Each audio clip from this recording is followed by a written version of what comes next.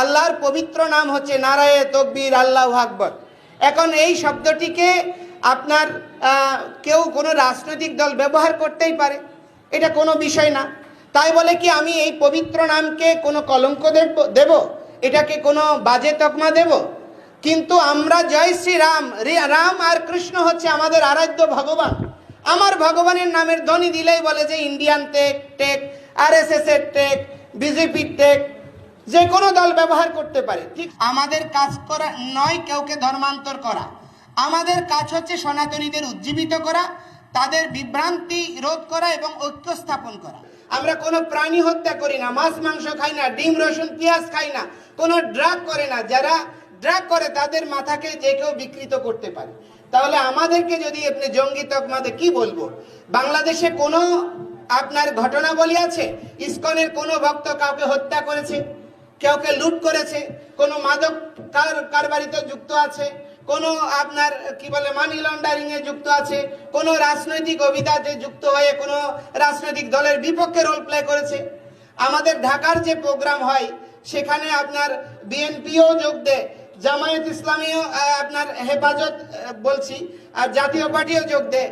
আপনার যেগুলো গণতান্ত্রিক বড় দল, প্রতিটা দলে আমাদের রথযাত্রার 9 দিনের প্রোগ্রামে এক এক দিন এক এক দল যোগ দেয়।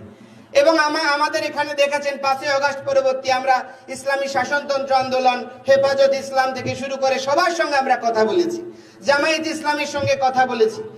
এবং আমরা প্রত্যেকটি মতাদর্শের প্রতি সহনশীল রোল প্লে করি। আমাদের কাজ করা নয় কাউকে ধর্মান্তর করা, আমাদের কাজ হচ্ছে সনাতনীদের উজ্জীবিত করা, তাদের বিভ্রান্তি রোধ করা এবং ঐক্য স্থাপন করা। এই কাজটা হচ্ছে দেখে প্রতিক্রিয়াশীল গোষ্ঠী ভাবছে এতদিন তো এদেরকে নিয়ে খেলা গিয়েছে, এখন আর খেলা যাবে না, ধর্মান্তর করা যাবে না হিন্দুদেরকে। এই জন্যই মূলত আমাদেরকে টার্গেট করছে। সময় জঙ্গির বিরুদ্ধে রোল প্লে করে, তাহলে তাকে কেন সেখানের প্রধানের দায়িত্ব দিয়েছে? রামায়া স্বামীরা আছেন যিনি হোয়াইট হাউসের নীতি নির্ধারক প্যানেলে দায়িত্ব দিয়েছেন, তারা হচ্ছে ইসকনের অনুগামী ফলোয়ার্স।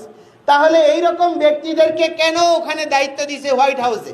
এবং বিশ্বে আপনার এই আরব দেশগুলোতে দেখেন, আপনি দুবাই থেকে শুরু করে, কাতার থেকে শুরু করে, আপনার কি বলে সৌদি আরব থেকে শুরু করে, প্রতিটা দেশে ইসকন 154টা দেশে স্ব দেশের নিবন্ধিত আইন অনুযায়ী এবং জাতিসংঘের অ্যাপ্রুভেল অনুযায়ী কার্যক্রম করছে। জাতিসংঘের প্রায় 9টা সংস্থা ইসকন ওতপ্রোতভাবে কাজ করছে। তাহলে এবং বাংলাদেশে 82 থেকে ইসকন নিবন্ধিত একটা অর্গানাইজেশন, ধর্মীয় সোসাইটি হিসেবে সোসাইটি একটি নিবন্ধিত, এবং প্রতি 6 মাস অন্তর অন্তর ইসকনের অডিট হচ্ছে।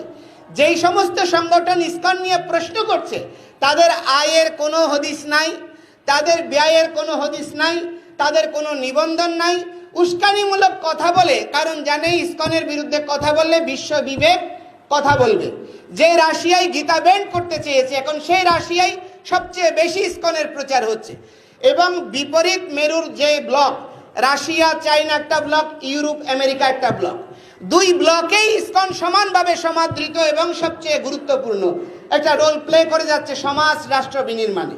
তাহলে সেখানে ইসকনকে জঙ্গি তকমা দেওয়া, সেখানে ইসকনকে ব্যান্ড করার প্রস্তাব করা, এটা বাংলাদেশের বৈশ্বিক প্রেক্ষাপটে অস্থিরতা তৈরি করা এবং বাংলাদেশ সম্পর্কে একটা নেতিবাচক ব্র্যান্ড বা আপনার প্রচারণা স্টাবলিশ করার জন্য এই অপতৎপরতাকারীরা করছে।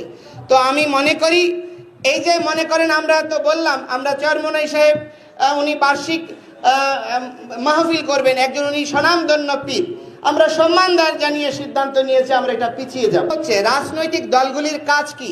জনগণের আকাঙ্ক্ষাকে তুলে ধরা এবং বাস্তবায়ন করা, কারণ গণতন্ত্রের এটাই হচ্ছে সৌন্দর্য। তো যদি এটা আপনার বিএনপি, জাতীয় পার্টি, জামায়াত ইসলামী, ওনারা যে নেতৃবৃন্দরা আছে, এই 8 দফা আন্দোলন তারা করুক, আমরা তাদেরকে সমর্থন দেব, আমরা তাদের পিছনে থাকব। যেহেতু কোনো রাজনৈতিক দল সবাই আমাদেরকে শুধু আশ্বাস দেয় আর কি বলে কার্যক্রম কোনো রোল প্লে করছে না, আমাদের 8 দফা নিয়ে যৌক্তিক কোনো মন্তব্য করছে না।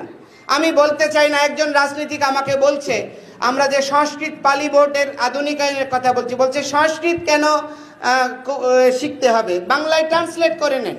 তো আমার উত্তর ছিল যে আমাদের বৃহৎ জনগোষ্ঠী, আমাদের পবিত্র ধর্মগ্রন্থ কোরআনের আয়াতগুলো হচ্ছে আরবি। এটা আল্লাহর প্রদত্ত ওহী নাজিল হয়েছে সেখানের ভাষা। তাহলে আমাদের দেবনাগরী বা সংস্কৃত হচ্ছে আমাদের ধর্মীয় ভাষা এবং বাংলা ভাষার উৎপত্তিস্থল সংস্কৃত। তাহলে সেই ক্ষেত্রে কেন আমার বেলায় কেন এটা আসবে? যেমন আমি গত পরশুদিন বলেছিলাম রাউজানে যে আল্লাহর পবিত্র নাম হচ্ছে নারায়ে তকবীর আল্লাহু আকবার। এখন এই শব্দটিকে আপনার কেউ কোনো রাজনৈতিক দল ব্যবহার করতেই পারে, এটা কোনো বিষয় না। তাই বলে কি আমি এই পবিত্র নামকে কোনো কলঙ্ক দেব, এটাকে কোনো বাজে তকমা দেব? কিন্তু